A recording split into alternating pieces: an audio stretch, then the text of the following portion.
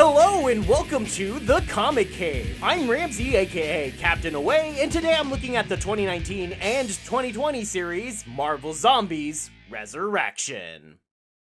With Marvel Zombie in the singular, Marvel attempted their first reboot of the Marvel Zombies franchise since the eponymous zombies first appeared in Ultimate Fantastic Four number 21. It probably made sense to do so at the time, as following the end of Marvel Zombies 5, there hadn't really been a serious Marvel Zombies book to come out in a while. Just various spin-offs and tie-ins, like the tie-in with Squadron Supreme or Marvel Apes, and even a Christmas special for some reason. 'Cause why not, I guess. Marvel Zombie was a one-shot, possibly an attempt to put out feelers to see if there was any interest in a full reboot of Marvel Zombies that could lead to an additional series. I guess it didn't land though, because we never saw anything more of Garth and Donnie after they walked away at the end of that series. Check out my video on it if you haven't seen it yet. But you know what they say, you can't keep a good corpse down, so it was really only a matter of time until Marvel tried again. Cue Marvel Zombies Resurrection. This series would also start with a one-shot comic in 2019, but I guess it caught a lot more attention than the Simon Garth story from a year before it, because it would then be followed up by its own 4-issue miniseries, making this just as long as any other Marvel Zombies to date. All 5 issues would be written by Philip Kennedy Johnson from the land of the Three Named People, a relative newcomer to the comics world, but if he sticks it out, he's definitely going to be one of the biggest names around, as already evidenced by his Eisner-nominated run on Action Comics. Joining Kennedy for this series is artist Leonard Kirk, who was well on his second decade of notable work in the industry by this point. Guru EFX would provide colors for the 2019 issue, with Rochelle Rosenberg returning from Marvel Zombie to finish out the final 4 issues. And in my opinion, you could hardly ask for 2 better colorists of your comic book. Lastly, there's In-hyuk Lee, providing some extra ghastly zombie covers that are every bit as eye-catching as the Sidam covers on the classic series. So does this series live up to the epic team working on it? Well, let's find out and take this away.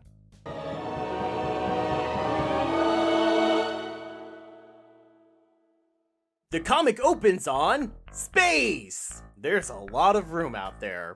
And an Edgar Allan Poe quote about how humanity might one day find a certain piece of knowledge that will lead to its own destruction. Oh, and I guess there's also something very dead looking floating in the stars, but we'll get to that. In order to do so, we head to Earth, where Reed Richards from the Fantastic Four, I guess it's the Future Foundation by this point, is meeting with members of the Avengers and X-Men because it seems they received a cryptic message from Captain Marvel. That's the Carol Danvers Captain Marvel, just to be clear. And she was warning them about something coming. And that something, turns out, is Galactus. Seems the Big G was headed towards Earth, but suddenly stopped for no apparent reason, and now Reed Richards believes the Big Purple Man might just be dead. And that's a problem because Galactus is basically living technology. If his body were to fall in the wrong hands, it could give that person unimaginable power.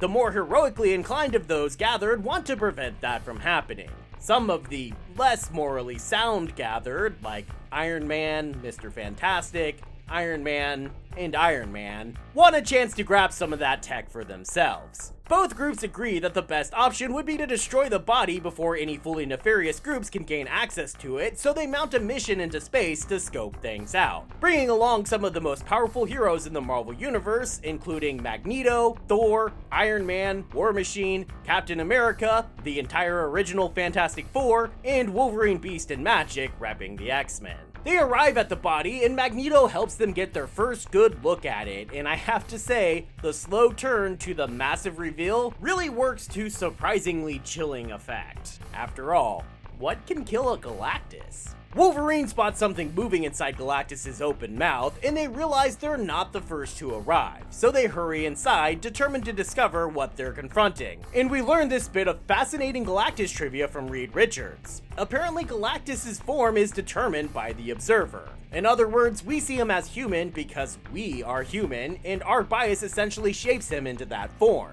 See, now, that's a cool way to update the concept of Galactus. Take note, anyone who thinks a giant swarm of robot insects or a cloud is somehow better. Something smells familiar to Wolverine, who's able to smell because he's such a tough guy. He risked death by just immediately removing his helmet the moment he learned there was air inside the body. But he can't place what that smell is. By the time he realizes it, it's too late, because Captain Marvel shows up and she ain't looking too good. She makes some vague threats, but with hardly an effort, Magic uses her soul blade to cut the woman down, only for Groot to pop out of the freaking ceiling to take Marvel's place. It is so weirdly creepy for the extremely subtle difference of having Groot change his catchphrase to "We are Groot." A number of very zombified looking members of Marvel alien races, like the Skrull and the Shi'ar, and maybe a Kree, judging from that helmet, all pop out as well and grab Wolverine.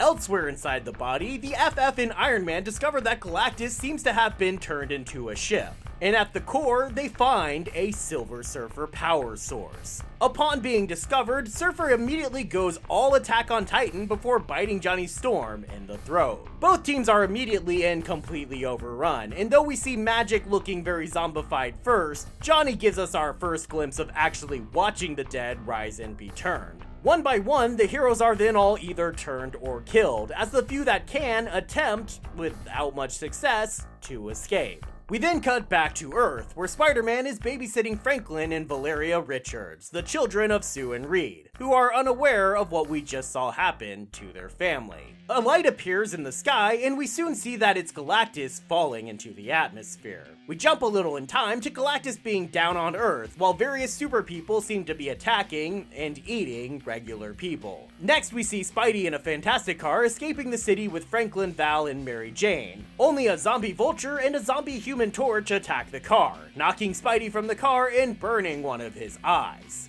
And then he wakes up. Whew, just a dream. Oh, except he still has that eye burn. And he's buddied up with Moonstone, a now blonde Franklin, an older looking Val, Forge, and a kitty? What's a kitty doing here? Wait, that's no kitty. That's a Flurkin, as we soon learn when the group is ambushed by some zombies. That's right, this is one Chewie by name, the Flurkin pal of Carol Danvers, who we last saw in my Captain Marvel review that you actually probably didn't watch. Or you might know him as Goose from the Captain Marvel movie. It's basically the same character. Flurkins have pocket dimensions inside of them that allow them to do all kinds of crazy stuff, like eat all these zombies and not get sick. Also of note here is that Forge has his own special weapon that fires freaking laser beams. Not just any laser beams though, optic blasts. Because it's made using Cyclops' freaking skull. What the hell, Forge? How does that thing still work if he's dead? You know what? Never mind, I don't want to know. Moonstone is also notable, just as a presence here. Her story is that she stole a Kree device from the original Moonstone to become a supervillain. But she's also served as sort of a superhero in various incarnations of the Thunderbolts, and even served as Captain Marvel in Norman Osborn's Dark Avengers, which is how we briefly saw her last on this channel when I covered Utopia. But while the regular zombies were trouble, they don't compare to what Forge calls the Metaspawn, or one of the super people that have been zombified. And Nightcrawler shows up to be our first, proving that these zombies keep their abilities after zombification. Luckily for the still living, Nana is here to blast zombie Nightcrawler to smithereens. Nana is a sentinel that Peter reprogrammed with the personality of an English nanny, to provide the closest we'll get to some comedic relief for the series. I don't know how something that big snuck up on them as Nightcrawler was attacking, though. Is she related to the T-Rex in Jurassic Park? Nana reveals that they're nearing Xavier's school, which Peter is not too happy about. He's been letting Forge lead them around, and is not pleased to learn that Forge was intentionally leading them somewhere so potentially dangerous. But Forge insists that they need supplies that they can't forage up in the wilds, especially medicine for Peter's aching head, since apparently his spider sense is just in a constant state of warning since the zombie outbreak began, which, as we are beginning to learn, has been going on for quite a few years by this point. Which is why the kids look so much older here.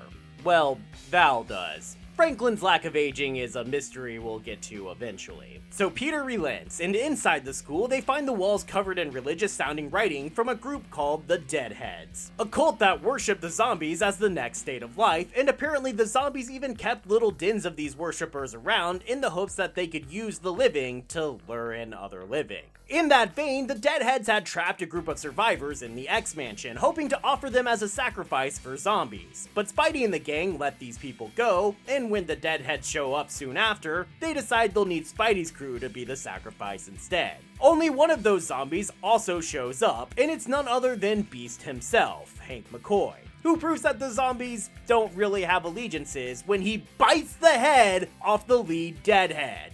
Holy crap, you monster!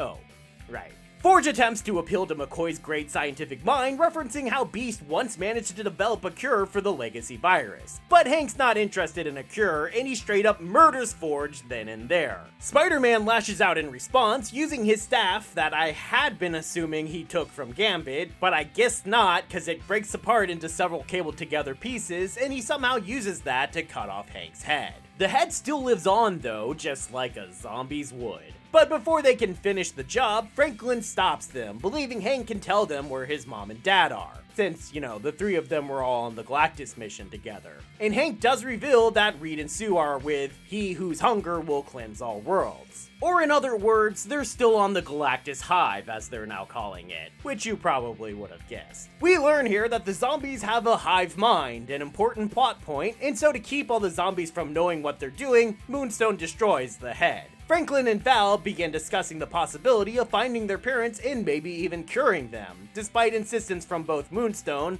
and Peter that there is no cure. In fact, the zombies die before they turn, which means they're already dead and just animated, not living enough to cure. In other words, zombies. Despite his insistence on them not going to the Galactus Hive, Moonstone immediately leaves the group the moment Peter turns his back. He chases after her and tries to stop her, but she's convinced he's going to join the kids in hunting down the Galactus Hive, no matter how much he denies it. Because she knows that, in the end, he's a hero and she's not. There's some subtext here that the two may have even had an intimate relationship, but in the end, Moonstone still leaves to go off on her own, having no interest in a suicide mission. Franklin and Val also run off on Peter, and because he's obsessed with ensuring their safety, he chases after them and promises to help them, realizing that they're going to go after the Hive, whether or not he goes with them. Moonstone then shows back up, but not to help. She's already been zombified somehow, and has returned only to turn Peter and the kids. But they end up being saved from Moonstone by Blade. Of course, he survived. In fact, Blade is having a grand old time. He lives and loves to kill the undead, so this world is like his heaven. Blade's presence reminds me of Kirkman's original idea for Marvel Zombies of having Luke Cage be the last man alive because he couldn't be bitten. But instead here it's Blade because he was basically born to kill the undead. It's also just nice because zombie stories are usually all brooding and depressed people walking around a washed out post-apocalyptic world. See the rest of the comics so far. So it's pretty great to instead get an upbeat Blade in a bright and colorful world for once. So yes, Blade joins them in the hunt for Galactus, which the kids have figured out how to hunt based on its radioactive signature. This leads them across Inno territory, a walled city run by inorganic beings. The group ends up crash landing there after being attacked by some more metaspawns, and that gives us a return of Machine Man to the franchise. Though I guess he's going fully by the name X-51 here, his original designation when he was created as part of an army of 51 robots. Thankfully, he's dropped his next wave personality by this point. Instead, like the other robots of the Inno territories, seemingly is as emotionless and logical as a Vulcan now. We also see that there are some, like Strong Guy and Punisher, who have allowed the techno-organic virus to overtake them, because this prevents them from being turned into zombies. Blade criticizes the concept of giving up their humanity to prevent them from losing their humanity, but Castle points out that Blade's not exactly human himself, which, fair point. Vision, who is essentially Vision's daughter, is also there, and she leads the fully human to a chamber where they will be forced to also become infected by the TO virus. Unfortunately, or maybe fortunately, depending on how you look at it, I guess, their seemingly invincible fortress comes under attack by the strongest of the zombies, including all the Hulks. Regular, She-Hulk, Red Hulk, and Amadeus Cho. Oh no, they killed X-51. How terrible. So Viv instead leads what had once been her friends away, helping them escape and continue their hunt, even seemingly sacrificing herself so the Hulks don't catch them. Their quest then leads them to the Atlantic Ocean, because they actually need to head down under the sea to Atlantis. It seems at the start of the outbreak, S.H.I.E.L.D. had attempted to set up a safe zone in Atlantis, but all contact had been lost, so no one knows what really happened down there. If you're guessing that they all turned into zombies, yeah, they all turned into zombies. So Pete and the gang head on down through the old S.H.I.E.L.D. elevators, finding more religious graffiti and Wolverine? It's not directly stated, but it seems Wolverine was never turned. Instead, the zombies have been using his healing powers to help slake their hunger by ripping pieces off of him and eating that until the piece regrows and then eating it again. That's effing disturbed. By this point, the zombies have done this so much for so long that even Wolverine's healing powers aren't able to heal him all the way anymore, leaving him grievously wounded and even blind.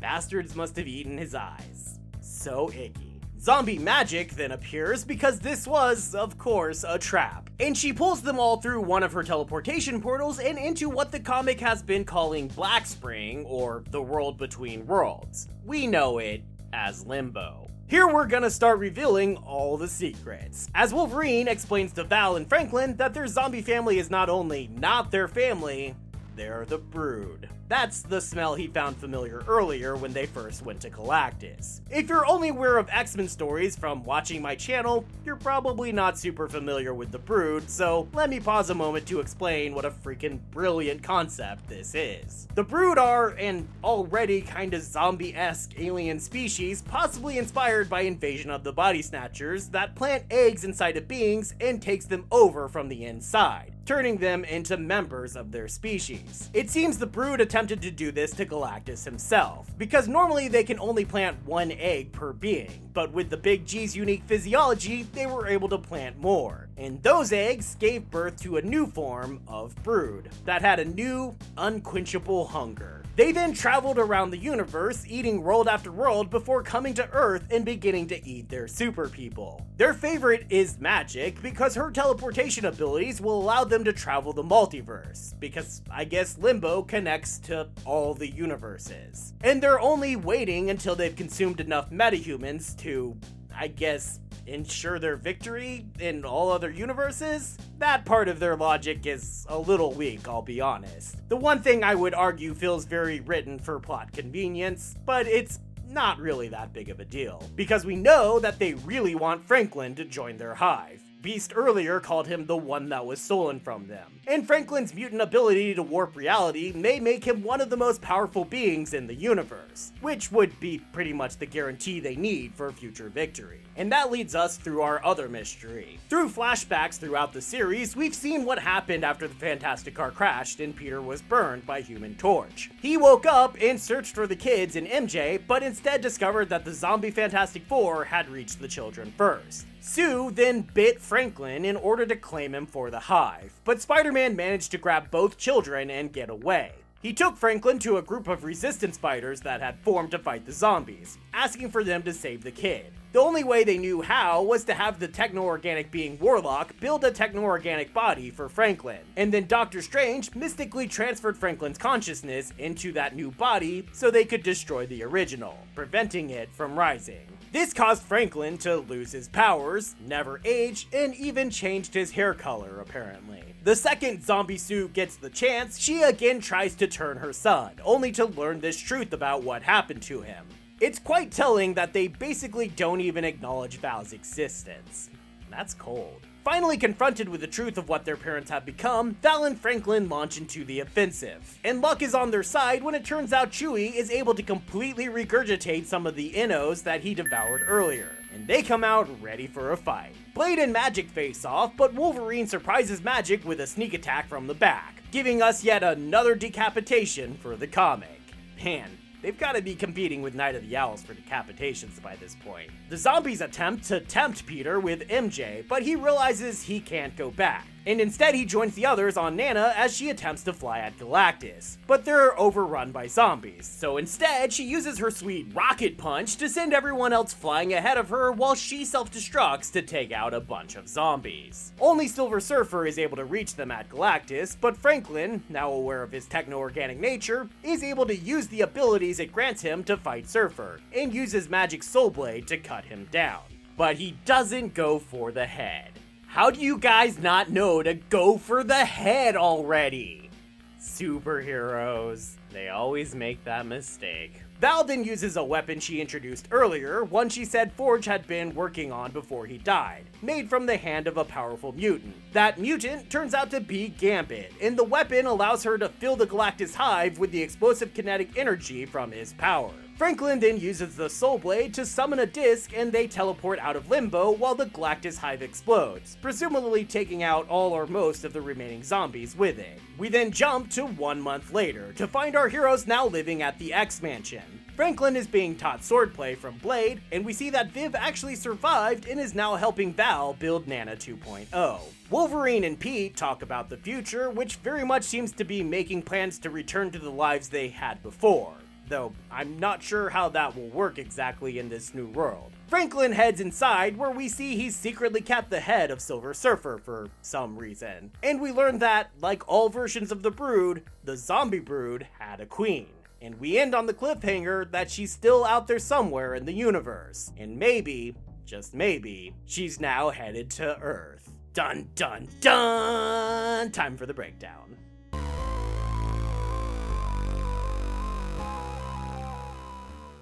As you can maybe tell, I really enjoyed this comic. I don't know if it's just that both times I've read it, it was right after the rather terrible Van Lente run, and it was so nice to return to a competent writer that maybe I'm overselling this series. But I don't know. There sure is a lot to like here. Johnson really gets to the heart of the series, finding ways to anchor this supernatural story in the realistic struggles of the characters. It makes this, in my opinion, the most believable of the various Marvel Zombies stories, as ridiculous as it may sound to some people that a story about cosmic space zombies could be believable. I also love the way that this series very much strikes its own feel and style, but doesn't ignore the history of the series. It clearly took influence from the original story. And not just in the similarities of having the superpowered zombies that act like the ones Kirkman wrote. Deeper cuts, like tying in Galactus as an important part of the story, or the way that Mr. Fantastic was basically responsible for screwing everybody in both universes because of his curiosity. But we also get elements from Van Lente's run, like the whole robots vs zombies thing, or the weird religious stuff that pops up around the zombie virus. And whether you feel those elements were a good thing or a bad thing the first time around, I can't help but feel that PKJ incorporates them into this story so much better than they were in the previous ones. I already gushed about the art team in the intro, but I will say that while they certainly do a good job on this series, I think my favorite art team still has to be the original team on MZ1 and 2.